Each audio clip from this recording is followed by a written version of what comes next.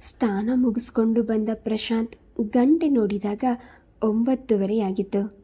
10:30 ಹೊತ್ತಿಗೆ ಆಫೀಸ್ನಲ್ಲಿ ಇರಬೇಕು ಎಂದರೆ ಕಡೆ ಪಕ್ಷ 9:45 ಮನೆ ಬಿಡಬೇಕಿತ್ತು. ಅವನು ಸರಸರನೆ ತಟ್ಟೆಗೆ ಅನ್ನ ಸುರಿದುಕೊಂಡು ಮೊಸರಿನಲ್ಲಿ ಕಲಸಿ 4 ತುತ್ತು ನುಂಗಿ ಉಡುಪು ಧರಿಸಿ ಸಿದ್ಧನಾಗುವ ವೇಳೆಗೆ 9:45 ಆಗಿತ್ತು. ಮನೆ ಬೀಗ ಹಾಕಿ ಸ್ಕೂಟರ್ ಹತ್ತಿ ಆಫೀಸಿನತ್ತ ಹೊರಟಾಗ ತನ್ನ ಯಾಂತ್ರಿಕ ದಿನಚರಿ ನೆನೆದು ಅವನಿಗೆ ತನಗ್ಯಾಕೋ ಏಕಾಂಗಿ ಎನಿಸಿ ಎದೆ ಭಾರವಾಯಿತು. 2 ವರ್ಷಗಳ ಹಿಂದೆ ಅವನು ಸುಕನ್ಯನನ್ನು ವರೆಸಿ ಕೈ ಹಿಡಿದಾಗಿನಿಂದ ಅವನ ದಿನಚರಿ ಹಾಗೆಯೇ ಸಾಗಿತ್ತು. ಅವನು ಒಂಟಿಯಾಗಿ ಕೈ ಬಾಯಿ ಸುಟ್ಕೊಳ್ಳೋದನ್ನು ನೋಡಲಾರದೆ ಅವನ ಸಹೋದ್ಯೋಗಿಗಳು ಹೇಳುತ್ತಿದ್ದುದುಂಟು, ಪ್ರಶಾಂತ್, ಒಂದು 10 ದಿನ ಲೀವ್ ಹಾಕಿ ಬೆಂಗಳೂರಿಗೆ ಹೋಗಿ ಬನ್ನಿ, ಇಲ್ದಿದ್ರೆ ನಿಮ್ಮ ವೈಫ್ಗೆ ಲೀವ್ ತಗೊಂಡು ಇಲ್ಲೇ ಬರೋಕ್ಕೆ ಹೇಳಿ. ಮನೆ ಕೆಲಸನೂ ಮಾಡಿಕೊಂಡು ಆಫೀಸ್ನಲ್ಲೂ ಕತ್ತೆ ಚಾಕರಿ ಮಾಡೋಕ್ಕೆ ನಿಮ್ಗೆ ಹೇಗೆ ಸಾಧ್ಯ? ಪ್ರಶಾಂತ್ ನಸುನಗೆಯಿಂದ ಅವರ ಸಲಹೆ ಸ್ವೀಕರಿಸಿದ್ರೂ ಅದನ್ನು ಪಾಲಿಸುವ ಗೋಡಿಗೆ ಹೋಗ್ತಿರಲಿಲ್ಲ. ಅವನು ಪಾಡ್ ನೋಡಲಾರದೆ ಕೆಲವು ಮಹಿಳಾ ಸಹೋದ್ಯೋಗಿಗಳು ಅವನಿಗಾಗಿ ಹೆಚ್ಚಿಗೆ ತಿಂಡಿ ಕ್ಯಾರಿಯರ್ನಲ್ಲಿ ತಂದು ಕೊಡ್ತಿದ್ರು. ಹಾಗೆಲ್ಲ ಅವನಿಗೆ ತುಂಬ ಸಂಕೋಚವಾಗ್ತಿತ್ತು. ಪ್ರಶಾಂತ್, ಇವತ್ತು ನಿಮಗೋಸ್ಕರ 4 ರವೆ ಇಡ್ಲಿ ಜಾಸ್ತಿ ತಂದಿದ್ದೀನಿ, ಮಧ್ಯಾಹ್ನ ನಮ್ಮ ಜೊತೆ ಶೇರ್ ಮಾಡಿ. ಅವನ ಸಹೋದ್ಯೋಗಿ ವಾಣಿ ವಿಶ್ವಾಸದಿಂದ ಆಹ್ವಾನಿಸಿದ್ರೆ ನಯವಾಗಿ ತಪ್ಪಿಸ್ಕೊಳ್ತಿದ್ದ. ಇಲ್ಲ ಮೇಡಮ್, ಇವತ್ತು ನನಗ್ಯಾಕೋ ಹೊಟ್ಟೆ ಅಪ್ಸೆಟ್ ಆಗಿದೆ, ಏನೂ ತಿನ್ನಬೇಕು ಅಂತಾನೆ ಅನ್ನಿಸ್ತಾ ಇಲ್ಲ. ಆಮೇಲೆ ಅವರ ಕಣ್ ತಪ್ಪಿಸಿ ಹೋಟೆಲ್ಗೆ ಹೋಗಿ ಊಟ ಮಾಡಿ ಬರ್ತಿದ್ದ. ಅವನ ಆಪ್ತ ಗೆಳೆಯನಾದ ವಿನಾಯಕ್ ಅದೇ ಕಂಪನಿಯಲ್ಲಿ ಮಾರ್ಕೆಟಿಂಗ್ ಮ್ಯಾನೇಜರ್ ಆಗಿದ್ದ. ಅವನಿಗೆ ಪ್ರಶಾಂತನ ಸಮಸ್ಯೆ ಚೆನ್ನಾಗಿ ತಿಳಿದಿದ್ದರಿಂದ ಒಮ್ಮೊಮ್ಮೆ ಅವನೊಡನೆ ಊಟಕ್ಕೆ ಹೋಗ್ತಿದ್ದ. ಈ ಸಲ ಆಯುಧ ಪೂಜೆ, ವಿಜಯದಶಮಿ ಅಂತ ಒಟ್ಟಿಗೆ 3 ದಿನ ರಜೆ ಬರುತ್ತೆ. ಆರಾಮವಾಗಿ 1 ವಾರ ಲೀವ್ ಹಾಕಿ ನಿಮ್ಮ ಮನೆಗೆ ಹೊರಟೋಗು. ನಿನ್ನ ಮಿಸ್ಸಸ್ಗೂ ದಸರಾ ಹಾಲಿಡೇಸ್ ಬಂದಿರುತ್ತೆ ಅಲ್ವಾ? ಗಂಡ ಹೆಂಡತಿ 4 ದಿನ ಹಾಯಾಗಿರ್ಬೋದು. ವಿನಾಯಕ್ ಹೇಳಿದಾಗ ಪ್ರಶಾಂತ್ ತಲೆ ಅಲ್ಲಾಡಿಸಿದ. ಆಗಲ್ಲ ಬಿಡೋ, ಅವಳಿಗೆ ಅದೆಂಥದೋ ಬಾಲ್ ವಿಕಾಸದಲ್ಲಿ ಮಕ್ಕಳ ಕ್ಯಾಂಪ್ ಇದೆಯಂತೆ, 15 ದಿನ ಅಲ್ಲಿ ಅಟೆಂಡ್ ಮಾಡ್ತಿದ್ದಾಳೆ. ವಿನಾಯಕ್ ಕೊಂಚ ಹೊತ್ತು ಮೌನ ವಹಿಸಿ ಮೆಲುಧ್ವನಿಯಲ್ಲಿ, ನಿಮ್ಮ ಮಿಸ್ಸಸ್ ಪ್ರೈವೇಟ್ ಸ್ಕೂಲ್ನಲ್ಲಿ ವರ್ಕ್ ಮಾಡ್ತಿದ್ದಾರಲ್ಲ? ಸರಿ, ಮತ್ತು ಇನ್ನೇನು ಪ್ರಾಬ್ಲಮ್? ಇಲ್ಲಿ ಸ್ಕೂಲ್ಗಳಿಗೆ ಕೊರತೆನಾ? ಟ್ರೈ ಮಾಡಿದ್ರೆ ಅವರು ನಿನ್ನ ಜೊತೆ ಮದ್ರಾಸ್ನಲ್ಲಿ ಇದ್ದು ಕೆಲಸ ಮಾಡ್ಬೋದಲ್ವಾ? ನಾನು ನೋಡ್ತಾನೆ ಇದ್ದೀನಿ, 2 ವರ್ಷದಿಂದ ನೀನು ಒದ್ದಾಡ್ತಾ ಇದೆಯಾ ಎಂದಾಗ ಪ್ರಶಾಂತ್ ತಲೆ ಕೂದಲು ಸರಿಪಡಿಸ್ಕೊಂಡ. ಅಲ್ಲಿ ಅವಳಿಗೆ ಸ್ವಂತ ಮನೆ ಇದೆ. ಅವಳ ತಾಯಿ ಒಬ್ಬರೇ ಆಗ್ತಾರಲ್ಲ, ಅವರನ್ನು ಬಿಟ್ಟು ಬರೋದು ಅವಳಿಗೆ ಕಷ್ಟ. ಬಿಗ್ ಡೀಲ್, ಸಾಕು ಬಿಡು. ಸ್ವಂತ ಮನೆ ಬಾಡಿಗೆಗೆ ಕೊಟ್ಟು ಬೇರೆ ಊರಿನಲ್ಲಿ ಎಷ್ಟು ಜನ ಕೆಲಸ ಮಾಡ್ತಾ ಇಲ್ಲ ಹೇಳು? ಅವರ ತಾಯಿನ ನಿಮ್ಮ ಜೊತೆಯಲ್ಲೇ ಇಟ್ಕೊಂಡ್ರೆ ಆಯಿತು, ಸಮಸ್ಯೆ ಇಲ್ಲೇ ಸಾಲ್ವ್ ಆಯ್ತಲ್ಲ. ನಿನ್ಗದೆಲ್ಲ ಅರ್ಥ ಆಗಲ್ಲ ಬಿಡು. ಪ್ರಶಾಂತ್ ಮಾತು ಬೆಳೆಸದೆ ಸುಮ್ಮನಾದ. ಈ ಮಾತು ಅವನು ವಿನಾಯಕನಿಗೆ ಹೇಳುತ್ತಲೇ ಇದ್ದ. ವಿನಾಯಕ್ ಎಷ್ಟೇ ಕೆದಕಿ ಮಾತನಾಡಿಸಲು ಯತ್ನಿಸಿದ್ರೂ ಪ್ರಶಾಂತ್ ಹೀಗೆ ಜಾರ್ಕೊಳ್ತಿದ್ದ. ನಿನಗೆ ಅರ್ಥ ಆಗಲ್ಲಪ್ಪ ಎಂದುಬಿಡ್ತಿದ್ದ. 2 ವರ್ಷಗಳ ಪ್ರಶಾಂತನೊಡನೆ ಇದ್ದ ಸತತ ಒಡನಾಟದಿಂದ ಅವನು ಹೆಂಡತಿಯ ಜೊತೆ ಅನ್ಯೋನ್ಯವಾಗಿಲ್ಲವೆಂದು ವಿನಾಯಕ್ ಮನಗೊಂಡಿದ್ದ. ಅವನು ಕಂಡಂತೆ ಪ್ರಶಾಂತ್ ಹೆಸರಿಗೆ ತಕ್ಕಂತೆ ಸೌಮ್ಯ ಮೂರ್ತಿ, ಸದ್ಗುಣೆ, ಒಬ್ಬರ ಹತ್ತಿರ ದನಿಯೆತ್ತಿ ಮಾತನಾಡ್ತಿರಲಿಲ್ಲ. ಹಾಲಿನಲ್ಲಿ ಸಕ್ಕರೆ ಬೆರೆತಂತೆ ಎಲ್ಲರೊಡನೆ ಸಹೃದಯತೆಯಿಂದ ಬೆರೆಯುವ ವ್ಯಕ್ತಿತ್ವ ಅವನದು. ಅಂತಹ ಗಂಡನೊಡನೆ ಹೊಂದಿಕೊಳ್ಳಲಾಗದಂತಹ ಹೆಣ್ಣು ಯಾರೆಂದು ವಿನಾಯಕನಿಗೆ ಆಶ್ಚರ್ಯವಾಗ್ತಿತ್ತು.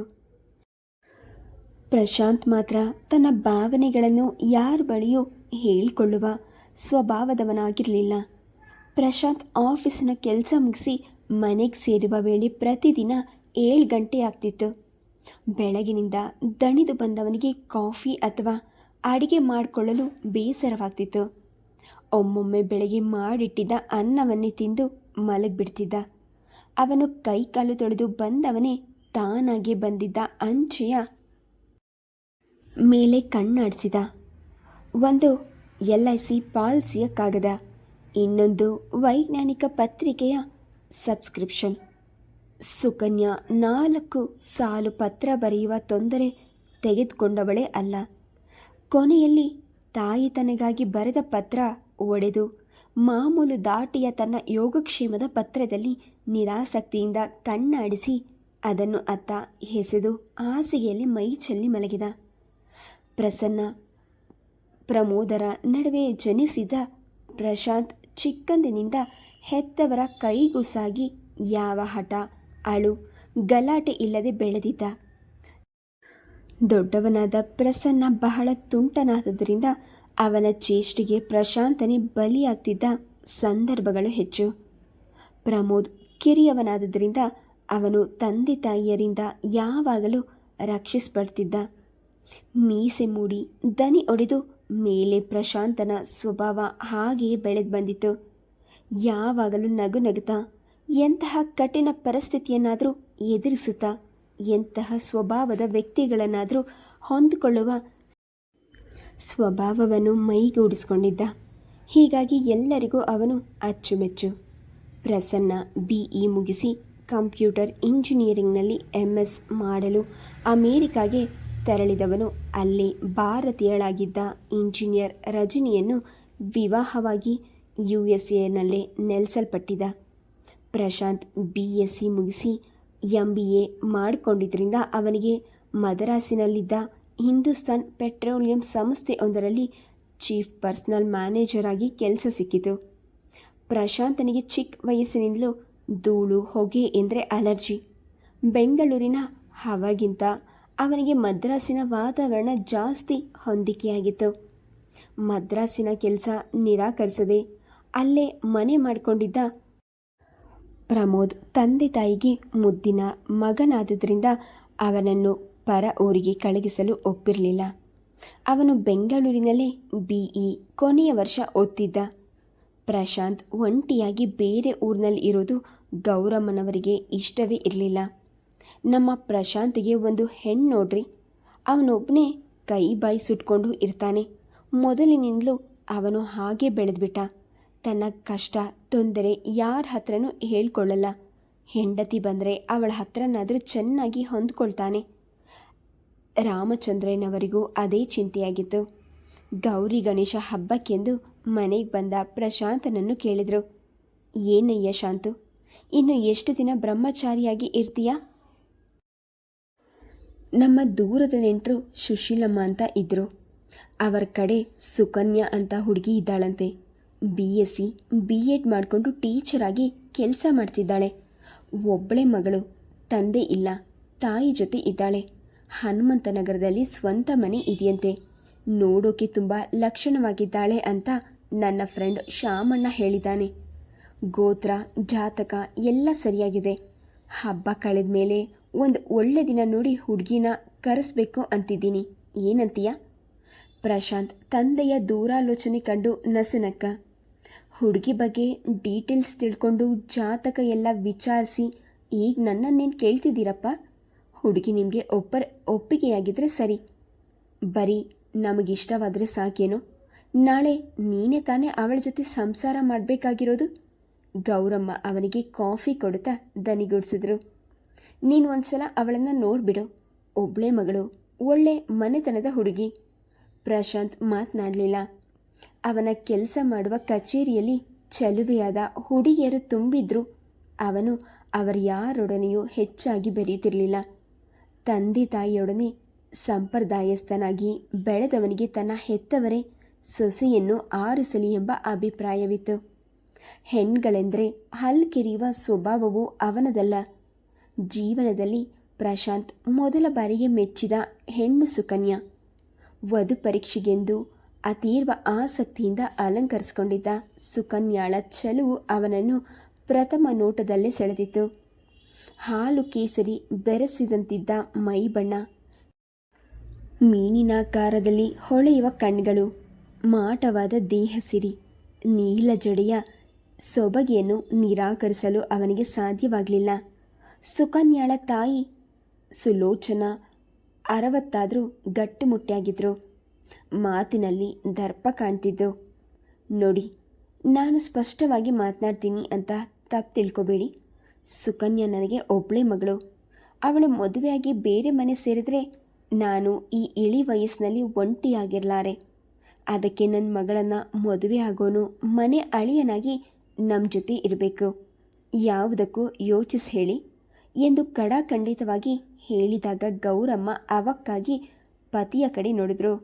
ರಾಮಚಂದ್ರಯ್ಯ ಏನೂ ಮಾತನಾಡದೆ ಕೈ ಮುಗಿದು 1 ವಾರದಲ್ಲಿ ನಮ್ಮ ನಿರ್ಧಾರ ತಿಳಿಸ್ತೀವಿ ಎಂದು ಎದ್ದು ಬಂದಿದ್ರು. ಪ್ರಶಾಂತನಿಗೆ ಅತ್ತೆಯ ಮನೆಯ ಅಳಿಯನಾಗಿರಲು ಇಷ್ಟವಿರಲಿಲ್ಲ. ಆದರೆ ಸುಕನ್ಯಾಳ ಮುದ್ದು ಮುಖವನ್ನು ಅವನಿಂದ ಮರೆಯಲಾಗಲಿಲ್ಲ. ಏನೇ ಗೌರಿ, ನನ್ನ ಗಂಡು ಮಕ್ಕಳನ್ನು ಮದುವೆ ಆದಮೇಲೆ ಬೇರೆ ಮನೆಗೆ ಕಳಿಸೋದು ಅಂದರೆ ಹೇಗೆ? ನನಗ್ಯಾಕೋ ಆಕೆ ಹೇಳಿದ ರೀತಿ ಸರಿ ಬರಲಿಲ್ಲ ನೋಡು. ರಾಮಚಂದ್ರಯ್ಯ ಮನೆಗೆ ಬಂದ ಮೇಲೆ ಹೆಂಡತಿಯ ಬಳಿ ತಮ್ಮ ಅಳಲನ್ನು ತೋಡ್ಕೊಂಡ್ರು. ಆಕೆ ಹೇಳಿದ್ದು ನ್ಯಾಯವೇ ಇದೆಯಲ್ರಿ? ನಾವು ಹೆಣ್ಣೆತ್ತಿಲ್ಲ, ಅದಕ್ಕೆ ನಮಗೆ ಆ ಸಂಕಟ ಗೊತ್ತಿಲ್ಲ. ಮಗಳನ್ನು ಮದುವೆ ಮಾಡಿ ಗಂಡನ ಮನೆಗೆ ಕಳಗಿಸ್ಕೊಟ್ರೆ ವಯಸ್ಸಾದವರು ಒಬ್ಬರೇ ಹೇಗಿರ್ತಾರೆ? ಈಗ ನಮಗೆ ಶಾಂತು ಒಬ್ಬನೇ ಮಗನ. ನಮ್ಮ ಪ್ರಮೋದ್ ನಮ್ಮ ಜೊತೆಯಲ್ಲೇ ಇದ್ದಾನೆ. ಪ್ರಸನ್ನನಿಗೆ ಮದುವೆ ಮಾಡಿದ್ರು ಅವನೇನು ನಮ್ಮನ್ನು ಕಣ್ಮುಂದೆ ಇಟ್ಕೊಂಡಿದ್ದೀವ? ಮಕ್ಕಳು ಬೆಳೆದು ದೊಡ್ಡವರಾಗಿ ರೆಕ್ಕೆ ಪುಕ್ಕ ಬಲಿದ ಮೇಲೆ ನಮ್ಮ ಕೈಯಿಂದ ಹಾರೋಗ್ತಾರೆ. ನಮ್ಮ ಶಾಂತು ಈ ಊರಿನಲ್ಲಿ ಕೆಲಸದಲ್ಲಂತೂ ಇಲ್ಲ. ಬಹುಶಃ ತಾಯಿ ಮಗಳು ಮದ್ರಾಸ್ನಲ್ಲೇ ಇವನ್ ಜೊತೆಯಲ್ಲೇ ಇರ್ತಾರೆ ಅನಿಸುತ್ತೆ. ಇರಲಿ ಬಿಡಿ, ಅದರಿಂದ ನಮಗೇನು ತೊಂದರೆಯಾಗುತ್ತೆ? ಗೌರಮ್ಮ ಹೇಳಿದಾಗ ರಾಮಚಂದ್ರಯ್ಯನವರಿಗೆ ಅವರ ಮಾತಿನಲ್ಲೂ ಸತ್ಯವಿದೆ ಎನಿಸಿತು. ಆದರೂ ಆಕೆ ಒಂಥರ ಜೋರು ಅನ್ಸಲ್ವಾ? ಗೌರಮ್ಮ ನಕ್ಕರು. ಸರಿ ಸರಿ, ಇಬ್ಬರೇ ಹೆಂಗಸರು ಇರುವಾಗ ಈಗಿನ ಕಾಲದಲ್ಲಿ ಮೆತ್ತಗಿದ್ರೆ ಆಗತ್ತಾ? ಆ ಹುಡುಗಿ ಕೆಲಸ ಮಾಡ್ತಾಳೆ, ಪ್ರಪಂಚ ಕಂಡವಳು. ನೀನೇನು ಹೇಳ್ತೀಯೋ ಶಾಂತು? ಪ್ರಶಾಂತು ಯೋಚಿಸಿದ. ಹೌದು, ಬೇರೆ ಊರಿನಲ್ಲಿ ಸಂಸಾರ ಹೂಡಿದ್ರೆ ತನ್ನ ಪತ್ನಿಯಾಗುವವಳು ಧೈರ್ಯಸ್ಥಳಾಗಿ 4 ಜನಗಳೊಡನೆ ಬೆರೆಯುವಂಥವಳಾದರೆ ಸರಿ. ಅವಳು ತಾಯಿಯು ತಮ್ಮೊಡನೆ ಇರೋದಾದರೆ ತನ್ನದೇನೂ ಅಭ್ಯಂತರವಿಲ್ಲ.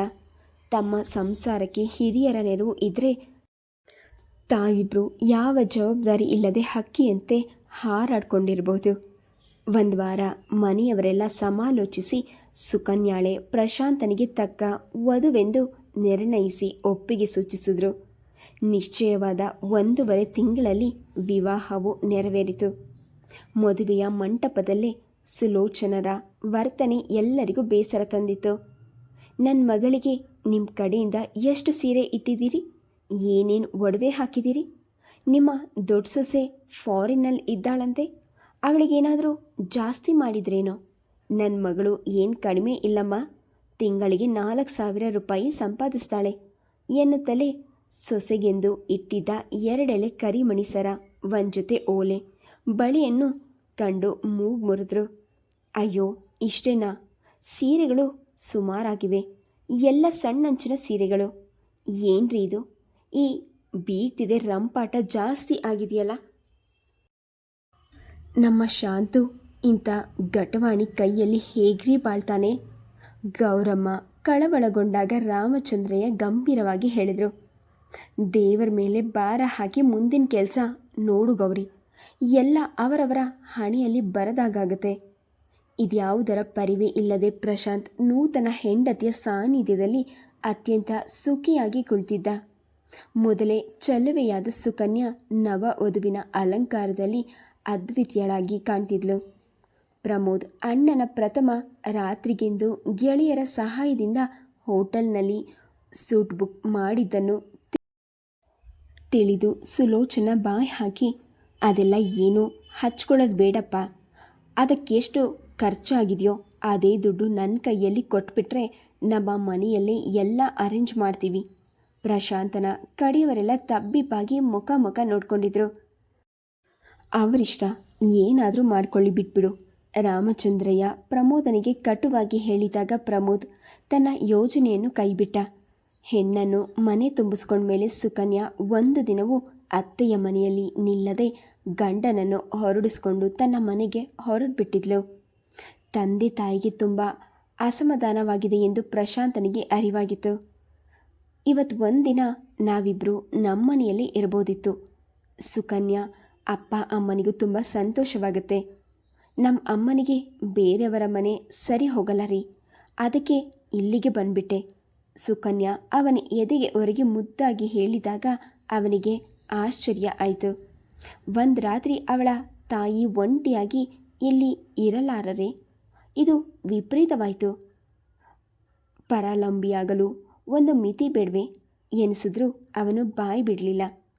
ಮದುವೆಯಾದ 2 ದಿನಗಳಲ್ಲಿ ಪ್ರಶಾಂತ್ ಸುಕನ್ಯಾ ಊಟಿಗೆ ಮಧುಚಂದ್ರಕ್ಕಾಗಿ ಹೊರಟಾಗ ಸುಲೋಚನಾ ಒಂಟಿಯಾಗಿ ಹೇಗಿರಲು ಸಾಧ್ಯವಾಯಿತೋ ಅರಿವಾಗಲಿಲ್ಲ. 100 ಜನಗಳ ಕಣ್ತಗಲಿ ನಿನ್ಗೆ ಇಷ್ಟು ದೃಷ್ಟಿ ಆಗಿದೆಯೋ ಎಂದು ಮಗಳಿಗೆ ಉಪ್ಪು ನಿವಾಳಿಸಿ ಹಾಕಿ ಹಿಂತಿರುಗಿ ಬಂದವರನ್ನು ಸಂಭ್ರಮದಿಂದ ಸ್ವಾಗತಿಸಿದ್ಲು. ಬಾಪ, ಅಂತೂ ನನಗೆ ಮಗನೂ ನೀನೆ, ಅಳಿಯನೂ ನೀನೆ ಎಂದು ಆದರದಿಂದ ನೋಡಿದಾಗ ಪ್ರಶಾಂತ್ ಸಂಕೋಚದಿಂದ ನಕ್ಕ. ಅತ್ತೆ, ನನಗೆ ಜಾಸ್ತಿ ರಜಾ ಇಲ್ಲ, ನಾಳೆನೇ ಚೆನ್ನೈಗೆ ಹೋಗ್ತಿದ್ದೀನಿ. ಅಲ್ಲಿ ನಾನು 2 ಬೆಡ್ರೂಮ್ ಹೌಸ್ ಬಾಡಿಗೆಗೆ ತಗೊಂಡಿದ್ದೀನಿ. ನಾವೆಲ್ಲ ಒಟ್ಟಿಗೆ ಇರ್ಬೋದು. Please subscribe the channel, like and share. Thank you.